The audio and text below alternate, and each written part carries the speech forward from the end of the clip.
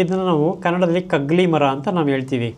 ಖದೀರ ಅಂದರೆ ರಕ್ತ ಶುದ್ಧಿ ಮಾಡ್ತಕ್ಕಂಥದ್ದು, ರಕ್ತ ಕೆಟ್ಟೋಗೋದ ನಿನಗೆ ಅಂತ ಹೇಳ್ತಾರಲ್ಲ, ಮೈ ಕೆಡಿಸ್ಕೊಂಡು ಅನ್ನೋಂಥ ಕಾಯಿಲೆಗಳಿಗೆ ಇದರ ಚಕ್ಕೆ ಅಥವಾ ಇದರ ಎಲೆ ತಂದುಬಿಟ್ಟು ಪುಡಿ ಮಾಡ್ಕೊಂಡು ಒಂದು 1/4 ಚಮಚನ 1 ಲೋಟ ನೀರು ಕಾಯಿಸ್ಬಿಟ್ಟು 21 ದಿನ ಖಾಲಿ ಹೊಟ್ಟೆಗೆ ಕುಡಿದ್ರೆ ಯಾವ ವಿಧವಾದಂಥ ಈ ಕೆಟ್ಟ ರಕ್ತನ ಶುದ್ಧಿ ಮಾಡಿಸೋಂಥ ಶಕ್ತಿ ಈ ಕಗ್ಗಲೈ ಮಗಲಿಗಿದೆ. ಇದು ಜೊತೆಗೆ ನಾವು ಹೋಮ ಮಾಡ್ತೀವಲ್ಲ, ಹೋಮದಲ್ಲಿ ಇದು ಒಂದು ಮುಖ್ಯವಾಗಿ ಉಪಯೋಗಿಸ್ತಕ್ಕಂಥ ಮೂಲಿಕೆ.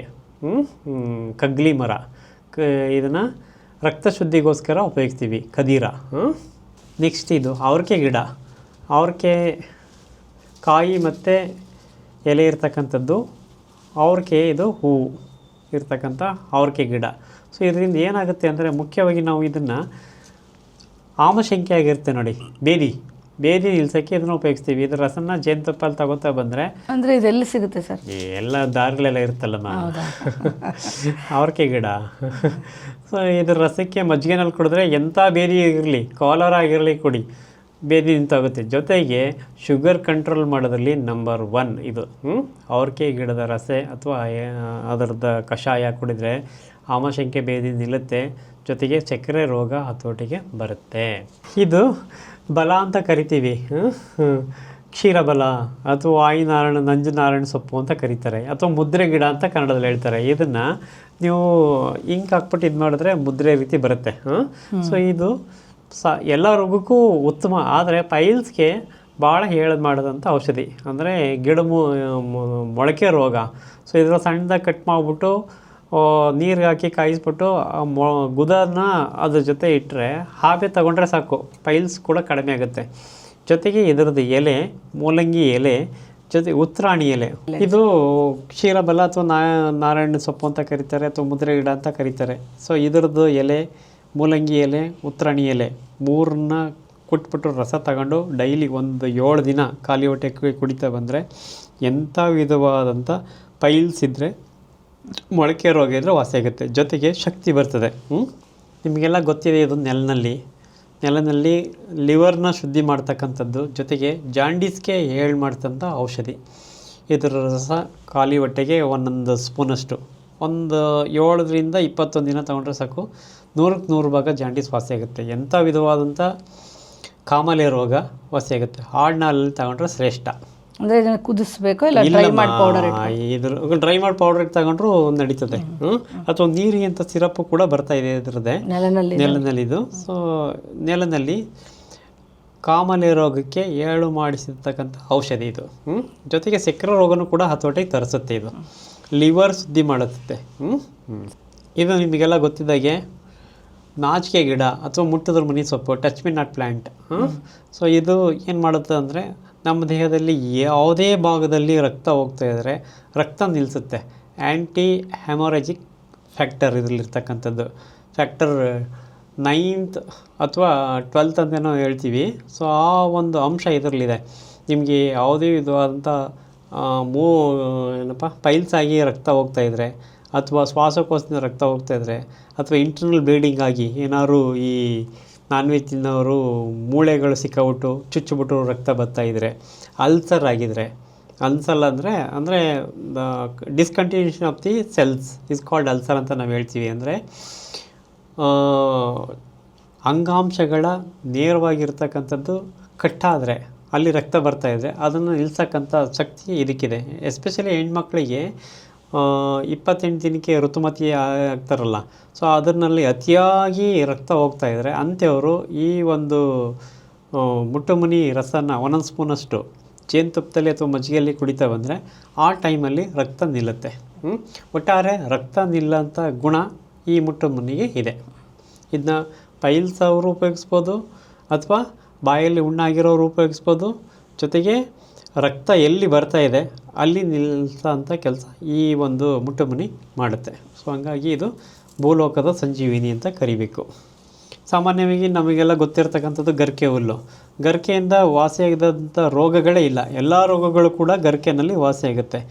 ಮುಖ್ಯವಾಗಿ ಗ್ಯಾಸ್ಟ್ರಿಕ್ ಇರೋರು ಕೂಡ ಈ ಸಣ್ಣದಾಗಿ ಕಟ್ ಮಾಡಿ ಮಿಕ್ಸಿಗೆ ಹಾಕಿ ಜ್ಯೂಸ್ ಮಾಡ್ಕೊಂಡು 1 ಸ್ಪೂನ್ ಮಜ್ಜಿಗೆನಲ್ಲಿ ಕುಡಿತಾ ಬಂದರೆ ಗ್ಯಾಸ್ಟ್ರಿಕ್ ಕಡಿಮೆ ಆಗುತ್ತೆ. ರಕ್ತ ಬೇದಿ ಆಗ್ತಿದ್ರು ಕೂಡ ದಾಳಿಂಬೆ ಜ್ಯೂಸಲ್ಲಿ ಇದೊಂದು ಸ್ಪೂನ್ ಹಾಕಿ ಕುಡಿದ್ರೆ ಮೂಲವೇದಿ ಕಂಟ್ರೋಲ್ ಆಗುತ್ತೆ.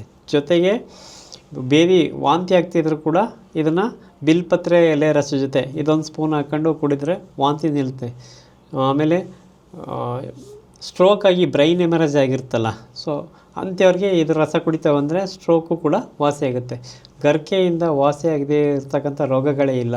ಪ್ರತಿಯೊಂದಕ್ಕೂ ನೀವು ಏನು ಮಾಡೋದು ಬೇಡ, ದಿನ ಗರ್ಕೆ ಹುಲ್ ರಸ ಕುಡಿದ್ರೆ ನೀವು ಯಾವ ರೋಗನೂ ಬರೋದೇ ಇಲ್ಲ. ಇದು ಯಾವ ಟೈಮಲ್ಲಿ ಕುಡಿಬೇಕು? ಹಂಗೇನಿಲ್ಲಮ್ಮ, ದಿನಕ್ಕೊಂದ್ಸರಿ 1 ಸ್ಪೂನ್ ಕುಡಿದ್ರೆ ಸಾಕು. ಯಾವ ಟೈಮ್ಲಾದ್ರು ಕುಡಿದ್ರೆ ಸಾಕು, ಈ ರೋಗಗಳೇ ಬರಲ್ಲ. ಸೊ ಅಷ್ಟು ಚೆನ್ನಾಗಿ. ಈಗ ನಿಮಗೆಲ್ಲ ಗೊತ್ತಿದೆಯಲ್ಲ, ನಾಯಿ ಹುಷಾರಿಲ್ಲ ಅಂದರೆ ಗರ್ಕೆ ತಿಂದು ವಾಸಿ ಮಾಡ್ಕೊಳುತ್ತೆ, ಬೆಕ್ಕು ಹುಷಾರಿಲ್ಲ ಅಂದರೆ ಗರ್ಕೆ ತಿಂದು ವಾಸಿ ಮಾಡ್ಕೊಳುತ್ತೆ. ಮನುಷ್ಯ ಯಾಕೆ ವಾಸಿ ಮಾಡ್ಕೋಬಾರ್ದು? ಬರೀ ಗರ್ಕೆ ಹುಲ್ ರಸ ಕುಡಿದ್ರೂ ನೀವು ಹಾಸ್ಪಿಟ್ಲಿಗೆ ಹೋಗೋಗಿಲ್ಲ. ಸೊ ಹಂಗಾಗಿ ಗರ್ಕೆನೂ ಉಪಯೋಗಿಸಿ. ಇದು ಅಮೃತ ಬಳ್ಳಿ, ಎಲ್ರಿಗೂ ಗೊತ್ತಿರ್ತಕ್ಕಂಥದ್ದು. ಅಮೃತ ಬಳ್ಳಿ ಸಾಮಾನ್ಯವಾಗಿ ನಾವು ಜ್ವರಕ್ಕೆ ಉಪಯೋಗಿಸ್ತೀವಿ. ಎಂಥ ವಿಧವಾದಂಥದ್ದು ಜ್ವರ ಇರಲಿ, ಚಳಿ ಜ್ವರ ಇರಲಿ ಅಥವಾ ಬಿಟ್ಟು ಬರ್ತಾ ಇರಲಿ, ದಿನ ನೀವೇನು ಮಾಡ್ಬೋದು ಅಂದರೆ ಒಂದೆಲೆ ಶುಂಠಿ, ಮೆಣಸು, ಬೆಳ್ಳುಳ್ಳಿ ಹಾಕ್ಬಿಟ್ಟು ಹಗದು ತಿಂತಾ ಬರಬೇಕು. ಮಕ್ಳಿಗಾದರೆ ರಸ ತೆಗೆದ್ಬಿಟ್ಟು ಒಂದೊಂದು ಹನಿ ಜೇನುತುಪ್ಪಲ್ಲಿ ನೆಕ್ಕಿಸ್ತಾ ಬಂದರೆ ಒಂದೇ ದಿನದಲ್ಲಿ ಕಡಿಮೆ ಆಗುತ್ತೆ. ಜ್ವರ ಬಂದರೆ ಮುಖ್ಯವಾಗಿ ತಲೆಗೆ ತಣ್ಣೀರು ಬಟ್ಟೆ ಕಟ್ಟಬೇಕು. ಎರಡನೇದು ಲಾಘವಂ ಪರಮೌಷಧಂ ಅಂತ ಹೇಳ್ತೀವಿ, ಅಂದರೆ ಹಸುವಿದ್ದಷ್ಟು ಆರೋಗ್ಯ ಚೇತರಿಸ್ಕೊತಾನೆ. ಅವನಿಗೆ ನೀವು ಊಟ ತಿನ್ನು, ಗಂಜಿ ಕುಡಿ ಅಂತ ಬೀಡಿಸೋದಕ್ಕಿಂತ ಅವ್ನ ಪಾಡೋದು ಅವ್ನು ಬಿಟ್ಬಿಟ್ರೆ ಸಾಕು, ಒಂದು 3 ಗಂಟೆ ಆದಮೇಲೆ ಬೆವಂತ್ಕೊಂಡು ಅವನೇ ಸರಿಯಾಗ್ಬಿಡ್ತಾನೆ. ಸೊ ಅಂಥ ಟೈಮಲ್ಲಿ ನೀವು ಅಮೃತ ಬಳ್ಳಿ ಕಷಾಯ ಅಥವಾ ಅಮೃತ ಬಳ್ಳಿ ರಸನ ಜೇನು ಅಥವಾ ಈ ಬೆಲ್ಲದ ಜೊತೆ ಅಥವಾ ಹಾಗೆ ಅದರ ಸರಿ ಕುಡಿತಾ ಬಂದರೆ ಸರ್ವ ವಿಧವಾದಂಥ ಜ್ವರ, ತಲೆನೋವು, ಮೈಕೈ ನೋವು ವಾಸಿ ಆಗುತ್ತೆ. ಜೊತೆಗೆ ಪೈಲ್ಸು ಪಿಸ್ಟುಲ ಇದ್ರೂ ಹೋಗುತ್ತೆ, ಹೊಟ್ಟೆ ನೋವು ಇದ್ರೂ ವಾಸಿ ಆಗುತ್ತೆ. ಇದು ಅಮೃತ, ಅದಕ್ಕೋಸ್ಕರನೇ ಅಮೃತ ಅಂತ ಹೆಸರಿಟ್ಟಿರೋದು ಇದಕ್ಕೆ. ಎಲ್ಲ ರೋಗಕ್ಕೂ ಒಳ್ಳೆಯದೇ ಇದು ಅಮೃತ ಬಳ್ಳಿ. ಇನ್ನೊಂದು ಇದು ತಗಡಿ ಬಳ್ಳಿ ಅಂತ ಕರಿತೀವಿ. ಸೊ ಮನುಷ್ಯ ವೀಕ್ ಆಗಿಬಿಟ್ಟಿರ್ತಾನೆ, ಬೇರೆ ರೋಗಗಳಿಗೆ ತುತ್ತಾಗಿ, ಸಿಫೆಲಿಸ್ ಇರ್ಬೋದು, ಗೊನೀರಿ ಇರ್ಬೋದು, ಅಂದರೆ ಮೈ ಕೆಡಿಸ್ಕೊಳ್ಳೋ ರೋಗಗಳಿರ್ಬೋದು ಅಥವಾ ಲೈಂಗಿಕ ರೋಗಗಳಿರ್ಬೋದು. ಆ ರೋಗಗಳಿಂದ ತುತ್ತಾಗಿ ಬರೀ ಮೂಳೆ ಮಾತ್ರ ಇರುತ್ತೆ, ಮಾಂಸಖಂಡಗಳೇ ಇರಲ್ಲ. ಸೊ ಅಂಥ ಸಂದರ್ಭದಲ್ಲಿ ಇದರದ್ದು ಎಲೆ ತಂದು ರಸ ಮಾಡ್ಕೊಂಡವ ಆಕಳ ಹಾಲು ಇಲ್ಲ ಹಾಡಿನ ಹಾಲಲ್ಲಿ 21 ದಿನ ಕುಡಿದ್ರೆ ತನ್ನ ಯೌವನ ತನಗೆ ಬರುತ್ತೆ. ಅಷ್ಟೊಂದು ಶಕ್ತಿ ಈ ಒಂದು ತಗಡಿ ಬಳ್ಳಿಗೆ ಇದೆ. ಬರೀ ಎಲೆ ಉಪಯೋಗಿಸ್ಬೋದು. ಇಲ್ಲಿದೆ ನೋಡಮ್ಮ, ನೀಲಿ ಉತ್ತರಾಣಿ. ಇದು ನೀಲಿ ಉತ್ತರಾಣಿ ಗಿಡಮ್ಮ. ಸೊ ನೀಲಿ ಉತ್ತರಾಣಿ ಗಿಡ ಎಲೆ, ಮೂಲಂಗಿ ಎಲೆ ಜೊತೆಗೆ ವಾಯುನಾರಾಯಣಿ ಸೊಪ್ಪು, ಈ 3 ಎಲೆ ರಸನ 21 ದಿನ ಖಾಲಿ ಹೊಟ್ಟೆಗೆ ಕುಡಿದ್ರೆ ಎಂಥ ಇದಾದಂಥ ಪೈಲ್ಸ್ ರೋಗ ವಾಸಿಯಾಗುತ್ತೆ. ನೀಲಿ ಉತ್ತರಾಣಿ ಜೊತೆಗೆ ಇದ್ರ ಬೀಜ ಇದೆಯಲ್ಲ, ನಾವು ಈಗಲೂ ಕೂಡ ಇಂಡಿಯನ್ ಮಿಲ್ಟ್ರಿನಲ್ಲಿ ಯೂಸ್ ಮಾಡ್ತಾಯಿದ್ದೀವಿ. ಇದರ ಬೀಜನ ಪುಡಿ ಮಾಡಿಕೊಂಡು ನೀವು ಒಂದು 2 ರಿಂದ 3 ಗ್ರಾಮ್ ಮಜ್ಜಿಗೆನಲ್ಲಿ ತೊಗೊಂಡ್ರೆ ಸಾಕು. ಆಹಾರದ ಕೊರತೆನ ನಿವಾರಣೆ ಮಾಡುತ್ತೆ, ಹಸುವನ್ನು ನಿವಾರಣೆ ಮಾಡುತ್ತೆ. ನಾವು ಬೆಟ್ಟದಲ್ಲಿ ಅಥವಾ ಹೊಲೆಗದ್ದೆನಲ್ಲಿ ಅಥವಾ ಗಡಿ ಕಾಯುವಂಥ ಸಂದರ್ಭದಲ್ಲಿ ಅನ್ನ ಮತ್ತು ನೀರು ಸಿಗಲ್ಲ.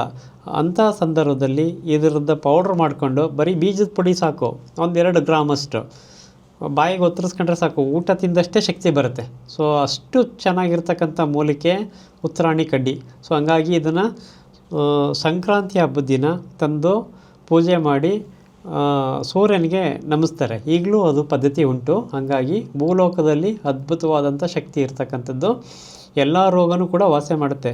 ಜೊತೆಗೆ ಚೇಳು ಕಡಿದ್ರೂ ಕೂಡ ಇದರ ರಸ ಹಚ್ಚಿದ್ರೆ ಕಡಿಮೆ ಆಗುತ್ತೆ, ಆದರೆ ಇದರಿಂದ ವಾಸಿ ಆಗಲ್ಲ, ಕಡಿಮೆ ಆಗುತ್ತೆ ಅಷ್ಟೇ. ಇದರ ಸಮೂಲನ ದಿನನಿತ್ಯ ಉಪಯೋಗಿಸ್ತಾ ಬಂದರೆ ಸರ್ವ ರೋಗನೂ ವಾಸಿ ಮಾಡುತ್ತಾ ಶಕ್ತಿ ಈ ಉತ್ತರಾಣಿಗಿದೆ. ಜೊತೆಗೆ ವಾಮಾಚಾರ ಮಾಡಿರ್ತಾರಲ್ಲ, ಸೊ ಅಂಥವ್ರು ಏನಾದ್ರು ಭಯ ಇದ್ದರೆ, ಈಗ ನನಗೆ ಬ್ಲ್ಯಾಕ್ ಮ್ಯಾಜಿಕ್ ಆಗೋಗಿದೆ ಅನ್ನೋ ಭಯ ಇದ್ದರೆ ಕೂಡ ಇದು ಒಂದೊಂದೆಲ್ಲ ಇಟ್ಕೊಂಡಿದ್ರು ಸಾಕು, ಆ ಭಯದಿಂದ ನಿವಾರಣೆ ಆಗ್ಬೋದು. ಇದು ಮತ್ತು ಎಕ್ಕ, ನೀವು ಎಕ್ಕದ ಹೂವು ಇಟ್ಕೋತಾ ಬಂದರೆ ವಾಮಾಚಾರದ ನೀವು ಗಂಟದೇ ಇಲ್ಲ. ಅವನೆಂಥ ಶತ್ರುನೇ ಆಗಿರಲಿ, ಅವನು ಏನೇ ಹಂದಿನೇ ನಿಮಗೆ ವಿರುದ್ಧ ಮಾಡಿಸಿರಲಿ, ನಿಮ್ಮ ಕೂದಲು ಬಟ್ಟೆ ಎಲ್ಲ ತಗೊಂಡೋಗಿ ನೀವು ವಿರುದ್ಧ ಮಾಡಿರಲಿ, ನೀವು ಎಕ್ಕದ ಗಿಡಕ್ಕೆ ನಮಸ್ಕಾರ ಹಾಕಿ ಎಕ್ಕದ ಹೂವನ್ನ ನೀವು ಇಟ್ಕೋತಾ ಬಂದರೆ 3 ದಿನದಲ್ಲೇ ಪರಿಹಾರ ಆಗೋಗುತ್ತೆ. ನೀವು 21 ದಿನ ಕಾಯಬೇಕಾಗಿಲ್ಲ, ಅಥವಾ ಅದನ್ನ ಕೀಳಿಸ್ಬೇಕಾದ ಅವಶ್ಯಕತೆ, ಅವೆಲ್ಲ ಬೂಟ್ ಆಡ್ಕೇರಿ ಯಾರೂ ತಂದು ನಿಮ್ಮ ಮನೆಗೆ ಹಾಕಲ್ಲ. ಸುಳ್ಳು ಸುಮ್ಮನೆ ಯಾಕೆ ದುಡ್ಡು ಹಾಳು ಮಾಡ್ಕೋತೀರಾ, ಅವೆಲ್ಲ ಮಾಡೋಕ್ಕೆ ಹೋಗಬೇಡಿ. ಬರೀ ಎಕ್ಕದ ಗಿಡಕ್ಕೆ ನಮಸ್ಕಾರ ಹಾಕಿ ಎಕ್ಕದ ಹೂವನ್ನ ಜೇಬಲ್ಲಿ ಇಟ್ಕೊಳ್ಳಿ, 3 ದಿನಕ್ಕೆ ಪರಿಹಾರ ಆಗುತ್ತೆ. ಈ ರೀತಿ ಬ್ಲ್ಯಾಕ್ ಮ್ಯಾಜಿಕ್ಗೆ ತುತ್ತಾಗಿದ್ದೀವಿ ಅಥವಾ ಹಿಪೋಟೆನ್ಸಿ ಅಂತೀವಿ ನಾವು ಹೇಳ್ತೀವಲ್ಲ, ಹಿಪ್ನೋಟೈಸ್ ಅಂತ, ನಾವು ವಶೀಕರಣ ಆಗ್ಬಿಟ್ಟಿದ್ದೀವಿ ಅಂತಾರಲ್ಲ, ಅದಕ್ಕೆಲ್ಲ ಪರಿಹಾರ ಎಕ್ಕ.